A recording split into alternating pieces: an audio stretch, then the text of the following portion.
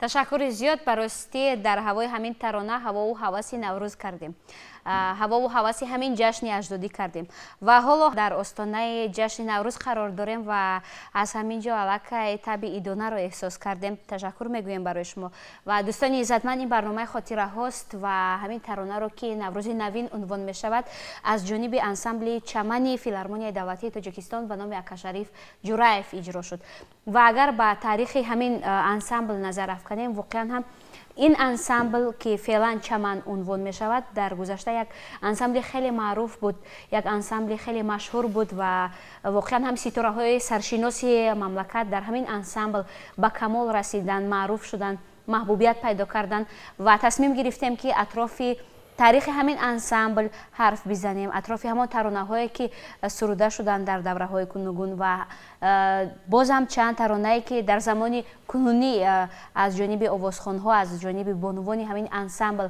افشا شدن در همین جا در آستانه جشن نوروز بخوانیم.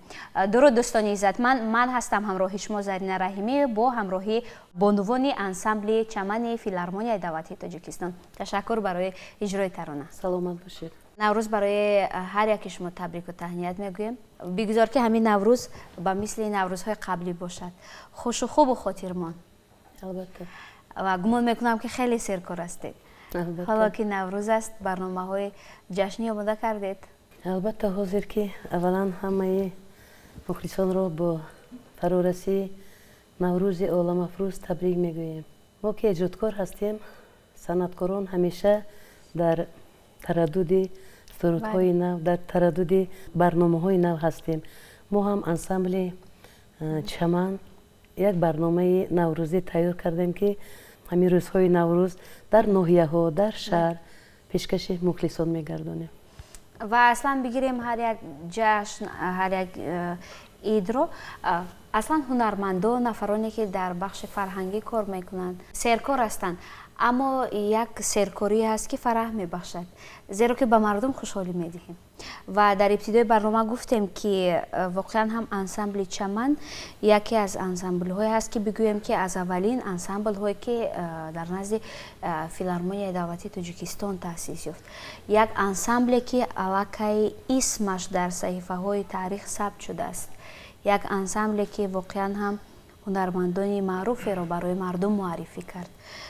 سالی 38 تأسیس یافت اگر خطا نکنم، همین طور نه؟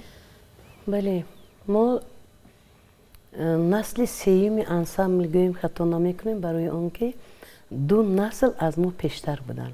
بله. یعنی که در اون وقتا ما که وقتی کار آمدیم، اون وقتا هنرمند بزرگ اپای شایسته مولا جان و مسلمه باقی و معظمه ابراهیمова همین ها بودن. نو آمدگی ما همین ها کار کردیم.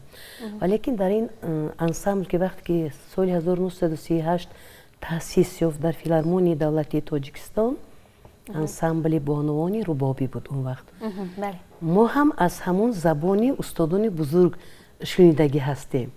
اون وقت استاد ظفر نازیم، استاد جورابک مرادوف، خود اپای نگینه راوپ و اپای نقره رحمت و اولین قدم های خود رو از همین انسامبل گویا که موندگی هستند و از همینجا کارهای ایجادی خود رو آغاز کردگی هستند. یعنی همین انسامبل اونها رو پرورش کرد و به معروفیت برد. وقتی که بعد انسامبل ها بسیار شد، اون وقت بریگاده بودن. بریگاده اکای جورابک میگفتن، بریگاده اکای ظفر میگفتن، بریگاده استا مستا بودن، بریگاده استاد جمعه ایسایوف. بعد هم خیلی بریگاده ها تقسیم شدن. این انسامبل 42 نفر کتی بانوان کتی موندن، 42 نفر بودن اون وقت. خیلی زیاد. بله. ما که بسیار سفرهای هنری میکردیم، 42 نفر میرفتیم در سفرهای هنری.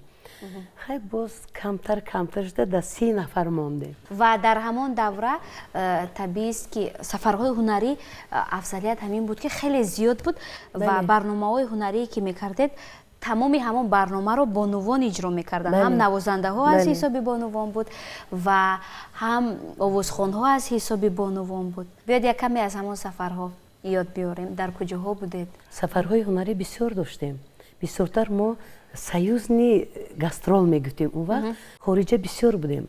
در هندوستان، در افغانستان، در استریا، در گالندیا. یعنی 30 نفر بعد کمتر شدن. 30 نفر 6 تا هم مینواختن و هم میخوندن. در این انسامبل لپر میخوندن. پیشتر لپر بود، دو کسا لپر میخوندن دخترکا. باز اسباب مونده برآمده در پیش همون دخترها، باز دخترها رقص میکردن. انسامبل همین خیلی بود پیشتر. بسیار در خاطراتم در یادم هست که وقتی که در دولت‌های خارجی ما سفر میکردیم، همین لباس‌های ملی ما رو آنها دیده، کوکلک‌های ما رو آنها دیده، اسبابایی که ما می‌نواختیم کمتر وزن‌ترن. همین می‌برداشتن و میگفتن که اوه شما بانوها چه خیلی این اسبابا رو می‌بردارید وزن هم می‌نوازید. در حیرت می‌موندن.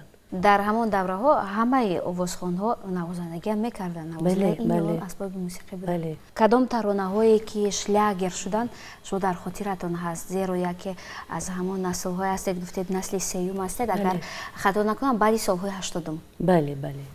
اما کمتر پس کار آمده.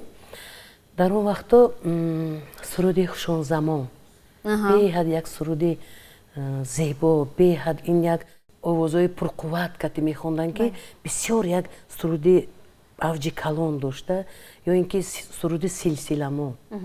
این سرودها رو همراه انمین استادان بزرگ مسلمه باقی و هنرمند خلقی جمهوری تاجیکستان، معظمه ابراهیمova هنرمند شایسته جمهوری تاجیکستان و من نو کار آمدگی به همراه اپای شایسته مولا جانova.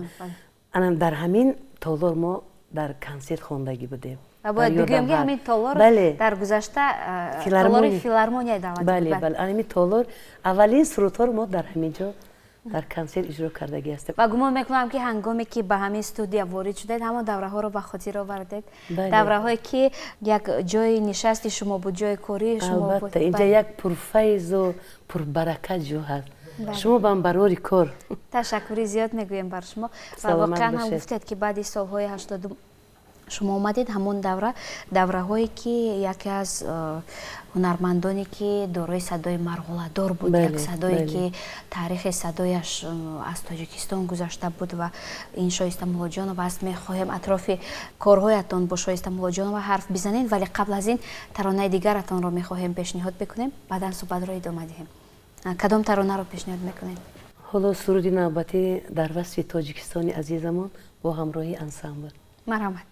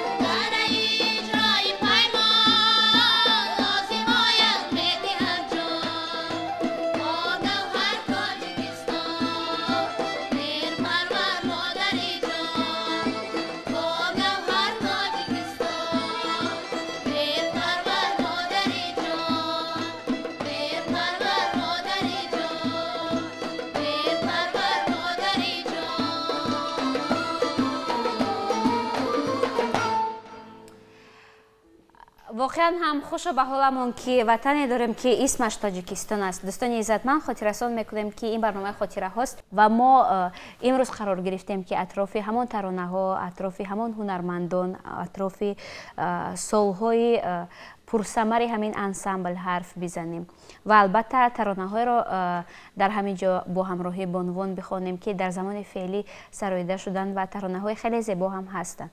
ва бояд бигӯем ки яке аз бонувоне ки дар ҳамон давраҳои тиллои ансамбл фаъолият мекарданд, Нурбибӣ Ҷуразода ҳастанд. Як ҳунарманди хеле маъруф, хотираҳои хеле хуб доранд. чанд хотираашонро гуфтанд ҳамроҳи оне ки ба ансамбл омаданд, Шоиста Муллоҷонова дар ҳамон ансамбл буданд ва гуфтем ки атрофи ҳамон солҳо ҳарф бизанем. оне ки навакак омадед, як духтараки хеле ҷавон будед, саломат бошед.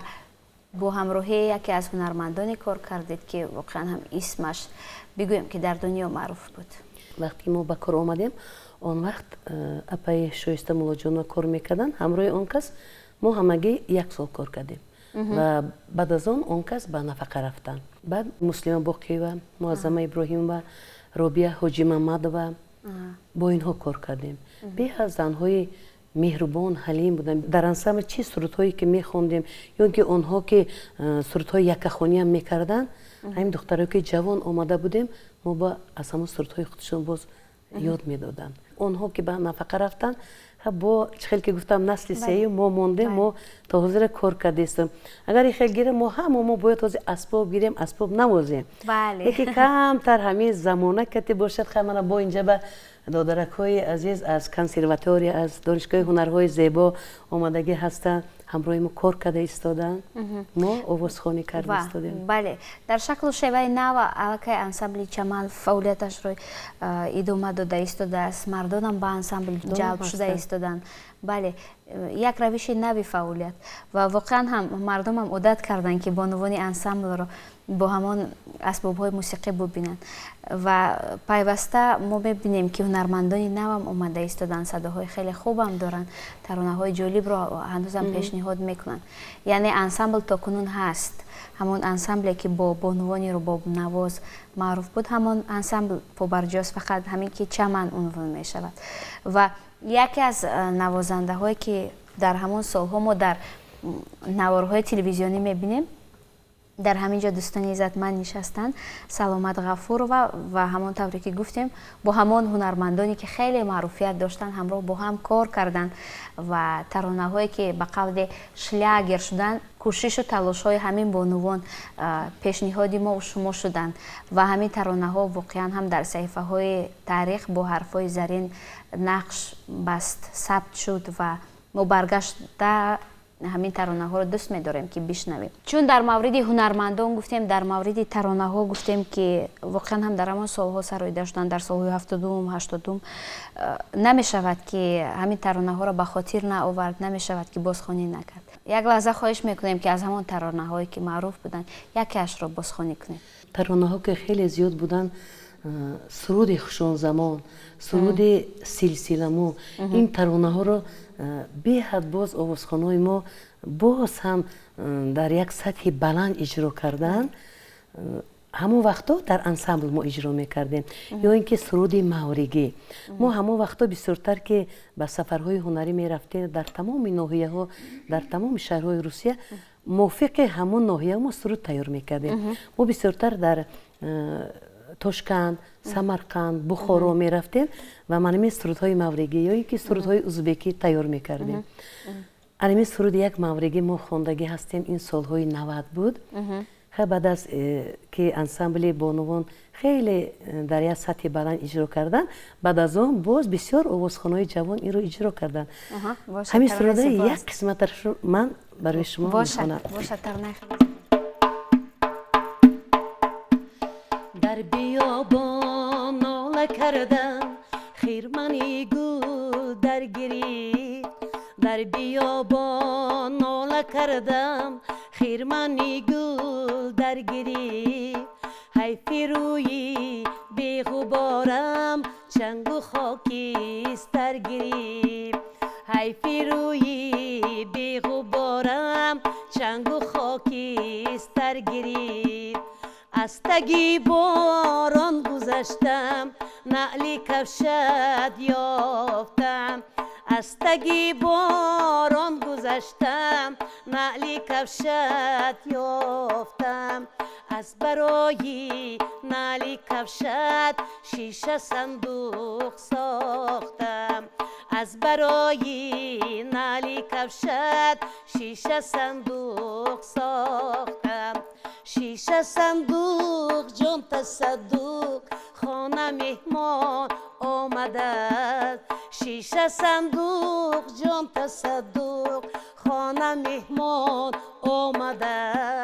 از بخارا یک جوانی ماهی تابان آمده، از بخارا یک جوانی ماهی تابان آمده، از بخارا یک جوانی ماهی تابان آمده.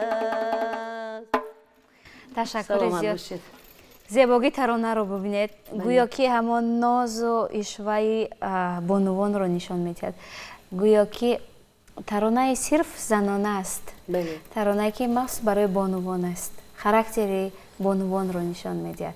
мо воқеан ҳам имрӯз аз давраҳои гуногуни ҳамин ансамбл ёдоварда истодаем ва табиист ки ҳар як бонуе ки ба ансамбл меояд дар бораи маъруфияти ҳамин ансамбл медонад ки ба куҷо меравад ба кор ва аз ҳамин ҷо чӣ талаб мешавад ва табиист ки ба як ансамбле ки ин қадар нуфуз дошт ин қадар шӯҳрат дошт ин қадар маҳбубият дошт ман гумон мекунам ки масъулияти ҳар як ҳунарманд бештар мешавад ки дар чунин як ҷойгоҳи муқаддас кор бикунад. Масалан яке аз нафароне ки солҳои баъдӣ ба кор омаданд Сад Баргапа солҳои баъди 90 буд ҳамитар соли 95 соли 95 буд ва биёед аз хотираҳоятон ҳарф бизанем. Шумо чӣ хотира аз ҳамин ансамбл доред ва оё барои шумо низ ки ба ансамбл омадед ҳамин ансамбл чӣ мақому манзалате дошт дар назратон? соли 95 ман ба кор омадам ба ин ансамбл. аввал якчанд моҳ роҳбар Аҳмадҷон Муҳаммадиев будам. баъд Ҳаётой Муминова омаданд. ман нозукиҳои кора аз Ҳаётой Муминова дар ҳамин ансамбл омӯхтам. ва медонистед ки масалан пештар аз оне ки ба кор омадед кадом ҳунармандон буданд? бале медонистам. ман ҳамаи ин ҳунармандонро дар оинаи Нилгун тамошо мекардам. медонистам ки ҳамаи ҳамин ҳунармандони машҳур аз ҳамин ансамбл баромаданд. ва талаботи қабул кардан ба кор чӣ гуна буд дар ҳоле ки чунин як ҳунармандони ҳирфаӣ ки буд дар он ҷо кор мекарданд? дар он вақт талабот касе ки ҳунар дошт истеъдод дошт дар ин ансамбл қабул мекарданд, лекин навохтану хондан аввал дида баъд қабул мекарданд. ва дар идомаи барнома мехоҳем як таронаи дигарро пешниҳод кунед. кадом таронаро пешниҳод мекунед? ҳусни беназир.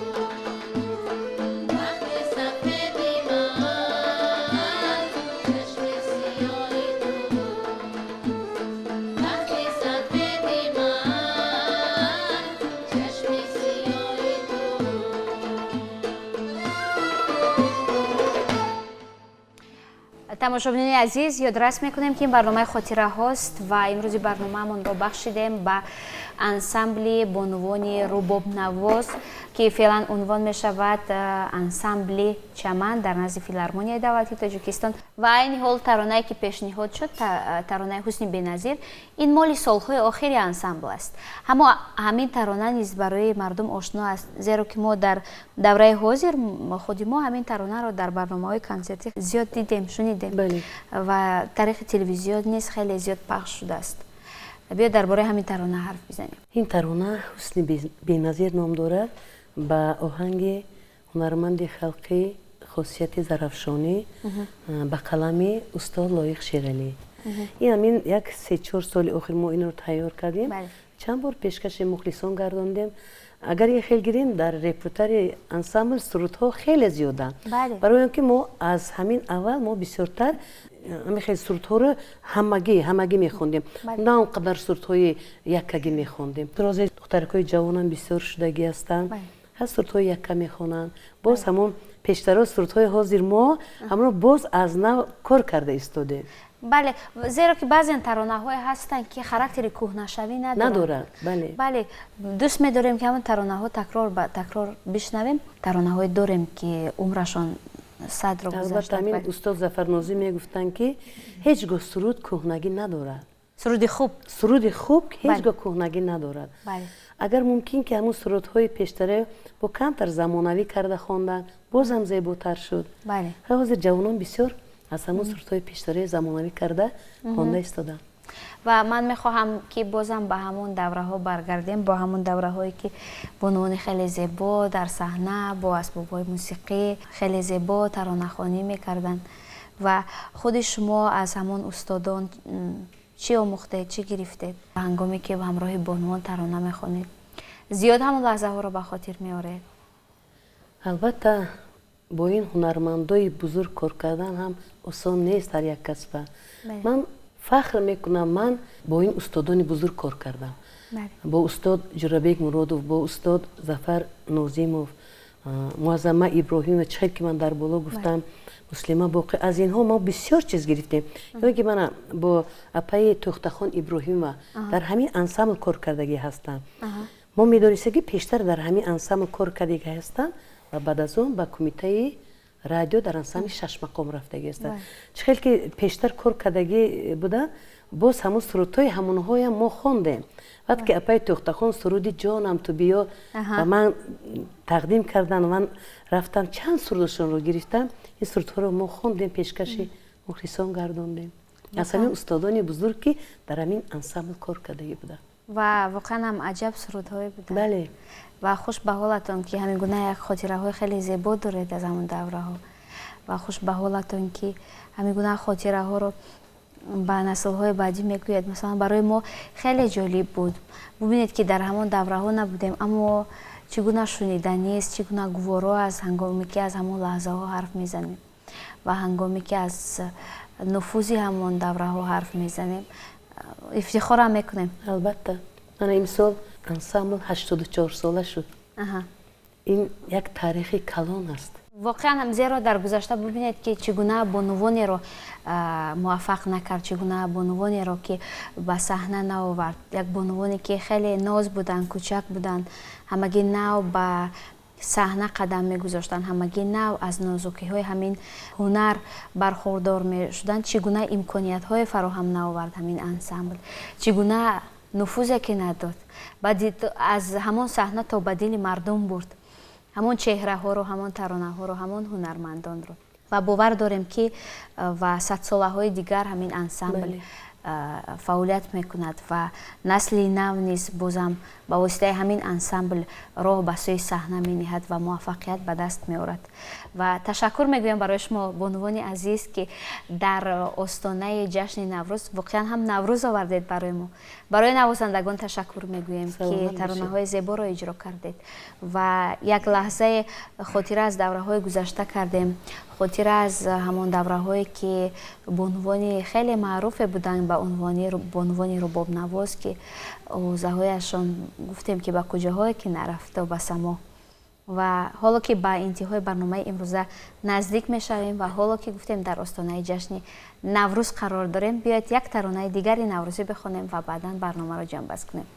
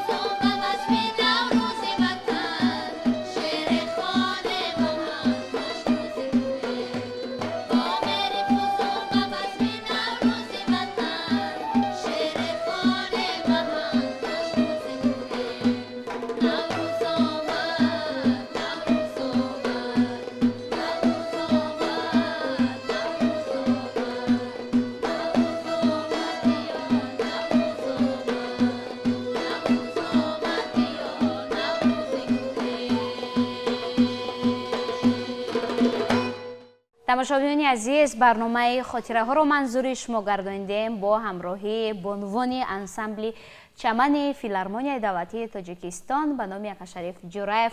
باقی صحتمند بمانید. خیر عزیزان.